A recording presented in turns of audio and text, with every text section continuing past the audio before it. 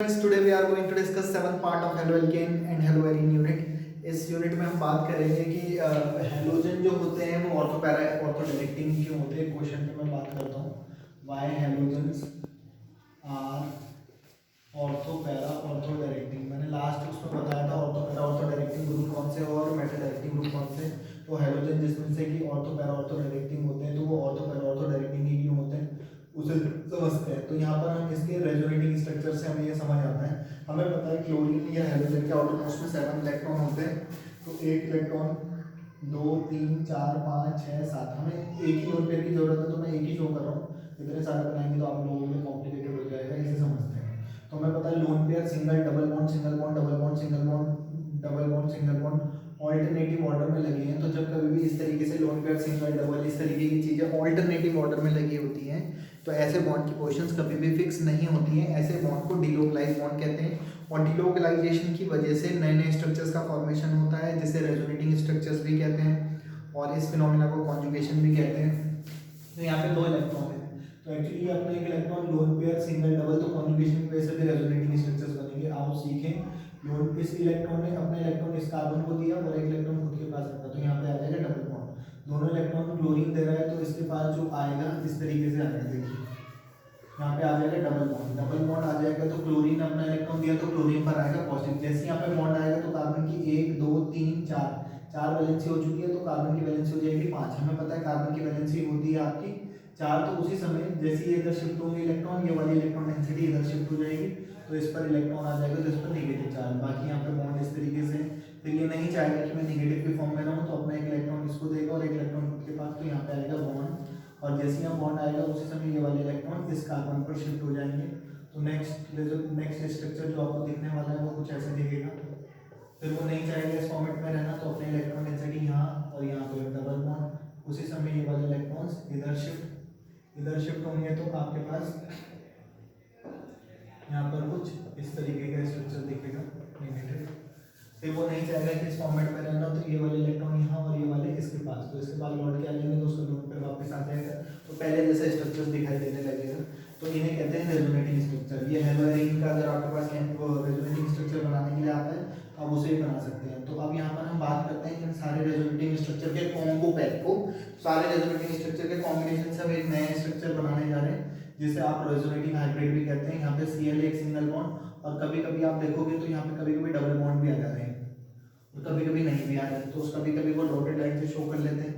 फिर कभी कभी इस पोजीशन पे नेगेटिव चार्ज है इस पोजीशन पे नेगेटिव और इस पोजीशन पे नेगेटिव चार्ज आ रहे हैं देख सकते हो और बाकी इलेक्ट्रॉन डिलोकलाइज हो रहा है तो उस डिलोकलाइजेशन को इस तरीके से शो कर सकते हैं। कभी कभी इस पर पॉजिटिव चार्ज भी आ जाता है। अब यहाँ पे देख रहे हो कि आपके पास ये हेलोजन है इसके पड़ोस वाली पोजीशंस मैंने बताया था ये ऑर्थो होती है अपोजिट वाली पैरा होती है और ये बची हुई मेटा पोजीशंस होती है और बेंजीन के ऊपर इलेक्ट्रोफिलिक सब्स्टिट्यूशन रिएक्शन होती है। तो जब कभी भी कोई भी इलेक्ट्रोफाइल होगा तो वो वहाँ जाना पसंद करेगा जहाँ इलेक्ट्रॉन डेंसिटी ज़्यादा है। इलेक्ट्रॉन डेंसिटी ज़्यादा है यहाँ पर इसके पास क्योंकि इलेक्ट्रॉन की कमी है तो ये या तो यहाँ जाना पसंद करेगा या यहाँ या फिर यहाँ। इसीलिए ऑर्थो पैरा क्योंकि बेंजीन रिंग में present halogen atom ortho para ortho portions की इलेक्ट्रॉन डेंसिटी को इतना बढ़ा देता है कि इलेक्ट्रोफाइल इलेक्ट्रॉन डेंसिटी वाले portions ortho para ortho portions पे जाना पसंद करता है। इसीलिए जितने भी हेलोजन्स होते हैं वो ऑर्थो पैरा ऑर्थो डायरेक्टिंग होते हैं मेटा डायरेक्टिंग नहीं होते हैं। कोई सा भी लोन पेयर वाले जो ग्रुप्स होते हैं वहाँ पे इस तरीके का कॉन्जुगेशन होता है इन पोर्शन पे नेगेटिव आता है इसीलिए ऑर्थो पैरा ऑर्थो डायरेक्टिंग होते हैं हेलोजन्स। ये पॉइंट आपको समझ आया होगा। एक क्वेश्चन पे मैं और इम्पोर्टेंट क्वेश्चन पे बात करता हूँ कि एल्काइल हैलाइड और एराइल हैलाइड दोनों पे मैं बात कर चुका हूँ। तो एल्काइल हैलाइड और एराइल हैलाइड में दोनों में से ज़्यादा रिएक्टिव कौन होते हैं। तो एल्काइल हैलाइड और एराइल हैलाइड में हम बात करते हैं तो ये है आपका CH3Cl और ये आपका C6H5 बेंजीन रिंग के साथ Cl। तो अगर हम यहाँ देखें तो ये टूटता है तो पॉजिटिव नेगेटिव ये टूटेगा तो इस पर पॉजिटिव इस पर नेगेटिव इस तरीके से आना चाहिए। पहली बात तो बेंजीन रिंग पर पॉजिटिव चार्ज ही नहीं आता कभी नहीं आता इस तरीके से। और दूसरी सबसे बड़ी बात यह है कि अब अगर आप यहाँ देखो तो यहाँ पे सिंगल बॉन्ड रहता है लेकिन रेजोनेटिंग स्ट्रक्चर से हमें समझ आया था कि यहाँ पे पार्शियली डबल बॉन्ड कैरेक्टर भी होता है। तो पार्शियली डबल बॉन्ड कैरेक्टर होने की वजह से ये बॉन्ड मजबूत होने की वजह से ये बहुत कम रिएक्शन शो करता है। इसीलिए एल्काइल हैलाइड मोर रिएक्टिव होते हैं as compare to aryl halide. तो एल्काइल हैलाइड और एराइल हैलाइड में अगर हम बात करें तो हम बोल सकते हैं कार्बन और हेलोजन के बीच जो कार्बन और हेलोजन के बीच एल्काइल हैलाइड में कार्बनी के बीच है ये जो बॉन्ड होता है वो सिंगल बॉन्ड होता है, जबकि बेंजीन रिंग में अगर हम देखें तो कार्बन और इसके बीच कभी कभी पार्शियली डबल बॉन्ड कैरेक्टर होने की वजह से, मजबूत होने की वजह से जल्दी से ब्रेक नहीं होता, तो इसलिए ये कम रिएक्टिव होते हैं as compare to alkyl halide. तो alkyl halide is more reactive than alkyl halide. एक क्वेश्चन आपको ये कवर हुआ होगा। यूनिट के इंपॉर्टेंट क्वेश्चंस पे मैं बात करने जा रहा हूँ SN1 वर्सेस SN2 रिएक्शन। तो SN1 और SN2 के बेसिस पर अगर मैं बात करूँ तो एक बहुत जनरल सी रिएक्शन दिखाई थी कि एल्काइल हैलाइड की रिएक्शन एक्वस के वजह से कराते हैं, तो आपका पॉजिटिव नेगेटिव X नेगेटिव जाता है, OH नेगेटिव अल्कोहल बनते हैं, और ये न्यूक्लियोफिलिक सब्स्टिट्यूशन रिएक्शन थी। शुरू के सेकंड पार्ट में मैं बात कर रहा हूँ, न्यूक्लियोफिलिक सब्स्टिट्यूशन रिएक्शन होती है। तो मैंने आपको बोला था कि अगर मैं SN1 की बात कर रहा था तो आपको बताया कि ये एक एल्काइल हैलाइड है, और मैंने टर्सरी वाला क्यों लिया था वो भी बताता हूँ। ये एल्काइल हैलाइड है, इसकी रिएक्शन एक्वस की वजह से कराई थी मैंने। तो आपका ये बना था CH3 CH3 और यहाँ पे OH आ गया था और KCl बाहर गया। तो इसकी मैकेनिज्म पे भी बात कर सकते हैं। तो इसकी मैकेनिज्म क्योंकि मुझे इसका ग्राफ भी बताना पड़ेगा, तो यहाँ पे समझते हैं। ये CH3 क्योंकि टेट्राहेड्रल ज्योमेट्री है, तो मैं इसे थोड़ा सा टेट्राहेड्रल शेप में आपको समझा दूँ। CH3 और ये आपका Cl है, एक्वस की वजह से इसकी रिएक्शन करा रहे हैं। तो पहले स्टेप में, दो स्टेप में इसकी मैकेनिज्म होती है। पहले स्टेप में इलेक्ट्रो फॉर्मेशन ऑफ कार्बोकेटाइन का फॉर्मेशन होता है। कार्बोकेटाइन कार्बन पर पॉजिटिव आता है तो उसे कार्बोकेटाइन कहते हैं, लिविंग ग्रुप लीव करता है, और कार्बोकेटाइन बनाता है sp2 हाइब्रिडाइज होता है, तो ट्राइगोनल प्लेन में ज्योमेट्री दिखा रखी है, और आपका Cl नेगेटिव लीव कर जाएगा। नेक्स्ट स्टेप में आपके पास ये अटैक करने के लिए आता था कोई न्यूक्लियोफाइल। आपको पता है कि ये pz ऑर्बिटल है, मैंने एक मैकेनिज्म समझाई है SN1 SN2 की, वहाँ पे आप देख सकते हो उस वाले पार्ट में। OH नेगेटिव इधर से भी आ सकता है, इधर से भी, तो सपोज इधर से या कहीं से भी आप अटैक करा के दिखा सकते हो। आपका एक यहाँ पर आ गया, ये CH3 है, और ये आ गया आपका OH। तो ये इस तरीके से है। तो ये पहले स्टेप में आप देख रहे होंगे कि स्टेबिलिटी से पॉजिटिव चार्ज वाले की स्टेबिलिटी की तरफ ज़्यादा है, तो ये स्टेप स्लो होता है और ये वाला स्टेप फास्ट होता है। तो इसका एक ग्राफिकल पे क्वेश्चन है, मतलब एक टॉपिक है, तो उसकी मैं बात करूँ। ये दो स्टेप की प्रोसेस है, तो मैं इसका ग्राफ बनाने की कोशिश करते हैं। ग्राफिकल रिप्रेजेंटेशन और SN1 रिएक्शन का ग्राफ। कोई भी रिएक्शन जितने स्टेप की होती है तो उसे आप उतनी पीक्स आप शो कर देते हैं। तो ये दो स्टेप की प्रोसेस थी, पहला स्टेप और दूसरा स्टेप। ये इसको मैं पहले भी पार्ट में क्लियर कर चुका हूँ। अब यहाँ पे एनर्जी दिखाते हैं, और ये पहला स्टेप और दूसरा स्टेप दो पीक्स शो कर देते हैं। तो यहाँ पर ट्रांजिशन स्टेट को रिप्रेजेंट करते हैं। पहली ट्रांजिशन स्टेट बोल सकते हो आप, ट्रांजिशन स्टेट फर्स्ट और ट्रांजिशन स्टेट सेकंड, दो ट्रांजिशन स्टेट होती है। हालांकि हम यहाँ पे दिखाते नहीं है। अगर मैं ट्रांजिशन स्टेट की बात करूँ तो आप इस तरीके से शो कर सकते हो कि ये लीव कर रहा है, तो डॉट मतलब इसके बॉन्ड को ऐसे क्रॉस करके शो कर सकते हो कि ये ब्रेक कर रहा है। बस वही आपका ट्रांजिशन स्टेट बन जाएगा और फाइनली ये टूट जाएगा। तो हम शो नहीं करते क्योंकि ट्रांजिशन स्टेट एक हाइपोथेटिकल स्टेट है।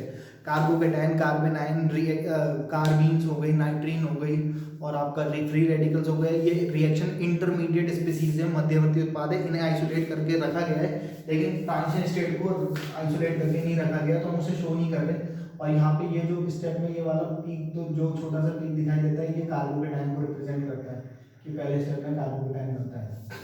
और अगर आप पहले वाले को देखें तो इसे यहाँ से यहाँ तक पहुँचने के लिए इतनी एनर्जी चाहिए, तब जाकर के इतनी थ्रेशोल्ड फ्रीक्वेंसी चाहिए, तब जाकर के ये यहाँ से इसमें कन्वर्ट हो पाएगा। तो इसको बहुत ज़्यादा एनर्जी चाहिए, तो इसको बहुत एनर्जी प्रोवाइड करानी पड़ेगी, तो ये बहुत स्लो स्टेप होता है। लेकिन अगर हम दूसरे वाले की बात करें तो इसको थोड़ी सी एनर्जी चाहिए यहाँ से यहाँ कन्वर्ट होने के लिए, तो यहाँ पर इसकी एक्टिवेशन एनर्जी कम होती है या थ्रेशोल्ड फ्रीक्वेंसी कम होती है, तो आपके पास ये बहुत तेज़ी से कन्वर्ट हो जाता है। तो ये स्लो स्टेप को रिप्रेजेंट करता है और ये फास्ट स्टेप को। आप किसी भी ग्राफ को देख करके स्टेप्स, ट्रांजिशन स्टेट्स और ये सब चीज़ें बता सकते हो। जैसे फॉर एग्जांपल मैं ये ग्राफ की बात करूँ तो आप इस ग्राफ को देखो, ये जनरली ग्राफ समझा रहा हूँ, तो आप यहाँ से बता सकते हो कि ये 3 स्टेप का प्रोसेस है जिसमें 3 ट्रांजिशन स्टेट बनेंगी। ये ट्रांजिशन स्टेट को रिप्रेजेंट करती है, जिसमें से 2 इंटरमीडिएट स्टेट्स बनेंगी, और यहाँ पर 2 इंटरमीडिएट स्टेट्स हैं। सबसे स्लो स्टेप ये है, सबसे फास्ट स्टेप ये है। सबसे स्लो स्टेप इसलिए क्योंकि इसकी एक्टिवेशन एनर्जी बहुत ज़्यादा है और इसकी एक्टिवेशन एनर्जी कम है, तो यहाँ पे इसे इतना उछल के जाना पड़ेगा। कॉलिजन थ्योरी में इस बात को बताते हैं। तो 3 ट्रांजिशन स्टेट, 3 स्टेप की प्रोसेस हो गई, 3 ट्रांजिशन स्टेट हो गई, 2 इंटरमीडिएट स्पीसीज हो गई। ऐसे किसी भी ग्राफ को देख करके आप स्टेप्स, ट्रांजिशन स्टेट और इंटरमीडिएट स्टेट्स के बारे में भी बता सकते हैं। जैसे आप इस वाले ग्राफ के बेसिस पे बता रहे हैं। तो पहले स्टेप में हमें पता है कार्बोकेटाइन बनना चाहिए, लेकिन कार्बोकेटाइन बने तो सही, क्योंकि 3 डिग्री कार्बोकेटाइन स्टेबल होते हैं इंडक्टिव इफेक्ट और हाइड्रोकॉन्जुगेशन के बेसिस पर, इसलिए SN1 यहाँ से जाते हैं। जहाँ पर भी कार्बोकेटाइन स्टेबल बनता है वो SN1 से जाता है। बाकी मैं SN1 और SN2 के वर्सेस पे हूँ। अभी फिलहाल इसका ग्राफिकल रिप्रेजेंटेशन समझ में आया होगा, मैं SN2 पे बात करता हूँ। बात करते हैं SN2 रिएक्शन पर। तो SN2 रिएक्शन में आपको पता है कि मैंने आपको इसकी मैकेनिज्म बताई थी, CH3Cl है, ये अटैकिंग न्यूक्लियोफाइल पीछे से आता है, एंटी बॉन्डिंग से अटैक करता है, एक ट्रांजिशन स्टेट फॉर्म करता है CHHH ट्रायगोनल पिरामिडल स्ट्रक्चर में, ट्रायगोनल बाइपिरामिडल स्ट्रक्चर में ये बॉन्ड का बन रहा है या बॉन्ड टूट रहा है, इसे ट्रांजिशन स्टेट कहते हैं। ये लीव कर जाता है और पीछे से अटैक करता है OH, तो ये इन्वर्जन इन कॉन्फिगरेशन के साथ बनता है, Cl नेगेटिव लीव कर जाता है। ये लास्ट स्टेप। तो इस तरीके की रिएक्शन या मैकेनिज्म इसकी होती है। तो हम अगर इसका ग्राफिकल रिप्रेजेंटेशन की बात करें तो इसका ग्राफिकल रिप्रेजेंटेशन, क्योंकि सब कुछ एक ही स्टेप में होता है तो इसके लिए एक ही क्लिक आती है। और यहाँ पर एक ट्रांजिशन स्टेट को रिप्रेजेंट करते हैं, जो कि ट्रांजिशन स्टेट ये है जो आप देख भी रही है। आपको चाहो तो आप दिखाओ, नहीं तो आप सीधे ट्रांजिशन स्टेट लिख सकते हो। ये ट्रांजिशन स्टेट का फॉर्मेशन होता है और ये आपके पास सिंगल स्टेप की प्रोसेस है। तो इसका ग्राफ जो है SN2 का ग्राफ, इधर की तरफ हम रिएक्शन प्रोसीड कराते हैं। तो आप चाहो तो इधर यहाँ पे रिएक्टेड CH3Cl था और यहाँ पर आपके पास CH3Cl में OH नेगेटिव अटैक करने के लिए आया। इसकी कंसंट्रेशन पे भी डिपेंड कर रहा है, इसकी कंसंट्रेशन पे भी, और फाइनली प्रोडक्ट बन जाएगा ऐसा ही, वो जो प्रोडक्ट वहाँ पे है और इधर एनर्जी दिखाते हैं। तो इसका जनरल सा ग्राफिकल रिप्रेजेंटेशन है। अगर हम काइनेटिक्स की बात करें तो SN1 की बात कर रहा हूँ। SN1 आप पीछे भी देख सकते हो कि क्या लिखा था। SN1 में हमें पता है the rate of reaction is directly proportional to the concentration of reactant, तो हमेशा स्लो स्टेप पे डिपेंड करती है। और SN1 में पहले स्टेप में रिएक्टेंट जो था, आप ध्यान से देखोगे तो वो रिएक्टेंट ये था, रिएक्टेंट की कंसंट्रेशन टर्सरी अल्काइल हैलाइड था, इस पे डिपेंड करता है और इसकी पावर है यहाँ पे 1। तो इसी पावर को ऑर्डर कहते हैं रिएक्शन का केमिकल काइनेटिक्स से। तो ये 1 एक्चुअली यहाँ पर इसी चीज़ को बताता है, स्टेप्स को नहीं बताता। फर्स्ट ऑर्डर की रिएक्शन है यूनिमॉलिक्यूलर न्यूक्लियोफिलिक सब्स्टिट्यूशन रिएक्शन।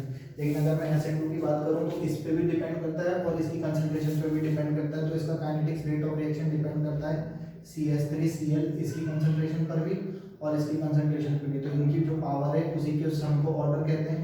तो ऑर्डर आता है 2, इसीलिए ये हो जाती है आपके पास SN2 reaction, bimolecular nucleophilic substitution reaction. SN1 और SN2 में हम बात करते हैं, बहुत इंपॉर्टेंट सा क्वेश्चन है, बायोट एक्टिव में भी कुछ क्वेश्चन पूछा जाता है। 0 degree alkyl halide, 2 degree, 1 degree, 2 degree, 3 degree में अगर मैं बात करूँ तो 3 डिग्री वाला SN1 से जाता है, क्योंकि 3 डिग्री कार्बोकेटाइन स्टेबल बनाता है और ये स्टेबल कार्बोकेटाइन नहीं बनाता, तो ये SN2 से जाते हैं। 2 डिग्री वाला 7 रेजोनेटिंग स्ट्रक्चर बनाता है हाइड्रोकॉन्जुगेशन की वजह से, तो ये SN1 से भी जा सकता है और SN2 से भी जा सकता है। दूसरा, SN1 के लिए आप कैसे कैसे पता लगाओगे कि SN1 है। अगर आप यहाँ पर एक रिएजेंट को देखो, ये इस तरीके का ग्रुप है, ये है आपका एलाइल क्लोराइड। मैंने आपको पीछे नॉमेनक्लेचर में बताया भी था पहले भी। तो ये आपका एलाइल क्लोराइड है, क्योंकि हेलोजन से जुड़े कार्बन के बदले वाले कार्बन कार्बन से जुड़ा होता है, तो इस ग्रुप को एलाइल कहते हैं। तो ये वैसे तो 1 डिग्री है, आप ध्यान से देखो तो अगर ये निकलेगा उस पर पॉजिटिव आएगा तो 1 डिग्री कार्बोकेटाइन बनाएगा। तो 1 डिग्री वाले तो स्टेबल नहीं होते, लेकिन 1 डिग्री स्टेबल नहीं होते, तो फिर ये SN2 से जानी चाहिए थी। बट क्योंकि एलाइलिक क्वेश्चन पर अगर पॉजिटिव आता है तो पॉजिटिव सिंगल डबल कॉन्जुगेशन की वजह से स्टेबल कार्बोकेटाइन फॉर्म करता है। तो ये वाला जो, अगर ये कभी इसकी रिएक्शन एक्वस केएच वगैरह से कराई जाती है तो ये सब्स्टिट्यूशन रिएक्शन देगा, तो ये SN1 मैकेनिज्म से देता है। और आपके पास ये स्पेशल से एग्जांपल्स हैं, इनको ध्यान रखेंगे आप याद से। CH2Cl, ये है बेंजाइल क्लोराइड, ये बेंजाइल क्लोराइड है। बेंजाइल क्लोराइड में अगर ये लीव करता है तो इस पर पॉजिटिव आएगा, और पॉजिटिव आएगा तो कार्बोकेटाइन बनाएगा। कार्बन पर पॉजिटिव होता है तो उसे कार्बोकेटाइन या कार्बोनियम आयन कहते हैं। Positive single double single double single conjugation की वजह से, रेजोनेंस की वजह से कार्बोकेटाइन स्टेबल बनता है। तो 1 डिग्री होने के बावजूद भी SN2 से नहीं जाता, जबकि मैं भी बता रहा था कि 1 डिग्री वाले SN2 से जाते हैं। लेकिन ये वाले एग्जांपल्स 1 डिग्री होने के बावजूद भी SN1 से जाते हैं, क्योंकि इन जगहों पर कार्बोकेटाइन स्टेबल करता है। और एक ये वाला एग्जांपल है NCERT का क्वेश्चन है कि मिथाइल क्लोराइड, ये तो 0 डिग्री अल्काइल हैलाइड है, लेकिन 0 डिग्री अल्काइल हैलाइड होने के बाद भी ये बहुत अच्छा लीविंग ग्रुप होने की वजह से, यहाँ पे जो रीजन है वो लीविंग ग्रुप है, बहुत अच्छा लीविंग ग्रुप होता है, बहुत जल्दी लीव कर जाता है और लीव करने की वजह से कार्बोकेटाइन बनाता है। तो ये भी SN1 से जाता है। तो ये है SN1 से पहचानने के लिए, वैसे तो ये कॉन्सेप्ट है और उसके बेसिस पर जैसे आपके पास मैं यहाँ पे ये वाले सारे के सारे SN1 से जाते हैं। दूसरा एक रीजन है जैसे आपके पास ऑर्डर पूछा जाए, जैसे CH3Cl, CH3CH, CH3Cl और ये CH3CH3CH3Cl। अगर आपको ये, मैं इसको 0 डिग्री है, ये 1 डिग्री है, 2 डिग्री है, तो आपको पता है सॉरी 3 डिग्री है, ये 2 डिग्री है, और 1 डिग्री का भी मैं एक एग्जांपल लिख दूँ, CH3CH2Cl, हाइड्रोजन से जुड़ा कार्बन है, कार्बन से जुड़ा है, तो ये 1 डिग्री है। कुछ टीचर्स जैसे 1 डिग्री बोल देते हैं, लेकिन एक्चुअली में 0 डिग्री है। तो आपको पता है 0 डिग्री, 1 डिग्री, 2 डिग्री, 3 डिग्री में सबसे फास्ट जो SN1 रिएक्शन देगा वो 3 डिग्री वाला देगा। तो एक क्वेश्चन ये इससे पहचान सकते हैं। दूसरा मैंने एक इंपॉर्टेंट पॉइंट ये बोला, एक यहाँ पर सॉल्वेंट का बहुत इंपॉर्टेंट रोल होता है। तो आप यहाँ पे सॉल्वेंट के रोल में आप ध्यान रखना, पोलर प्रोटिक सॉल्वेंट जो होते हैं, polar protic solvent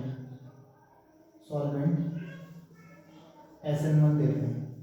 polar protic solvent जैसे HCl सॉल्वेंट के रूप में अगर लें, H2O पोलर क्यों कह रहे हैं, क्योंकि ये पोलर है, क्योंकि positive negative type polar electronegative nature की वजह से पोलर भी और H+ रिलीज करता है, तो पोलर प्रोटिक सॉल्वेंट्स है इस तरीके के।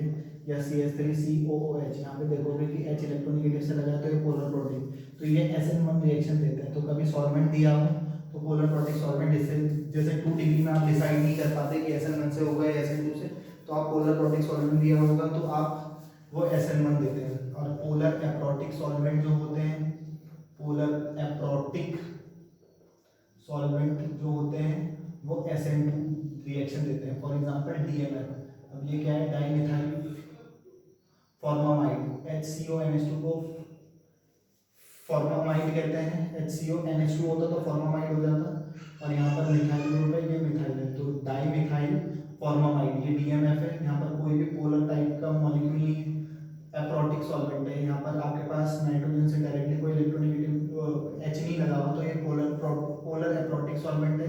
तो अगर कभी सॉल्वेंट ये वाला सॉल्वेंट दिया हो किसी रिएक्शन में, इस तरीके के सॉल्वेंट दिए हों पोलर एप्रोटिक टाइप जो H+ आयन रिलीज नहीं करते हैं, H तो है इसके पास लेकिन ये पोलर टाइप नेचर का नहीं है, क्योंकि वो इलेक्ट्रोनेगेटिव से नहीं कनेक्ट हो रखा है, तो ये पोलर एप्रोटिक होते हैं, तो ये SN2 से जाते हैं। तो इससे रिलेटेड मैंने काफ़ी सारे क्वेश्चंस को भी जो कॉम्पिटिटिव लेवल्स में भी पूछे जाते हैं, IITs वगैरह में भी पूछे जाते हैं, नेट में पूछे जाते हैं, वो भी मैंने कवर कराने की कोशिश करी है। फिलहाल तब तक के लिए जी लो अपनी जिंदगी। नेक्स्ट वीडियो में पियेंगे आप लोगों का खून। Have a good day, good bye, good night, शुभ रात्रि।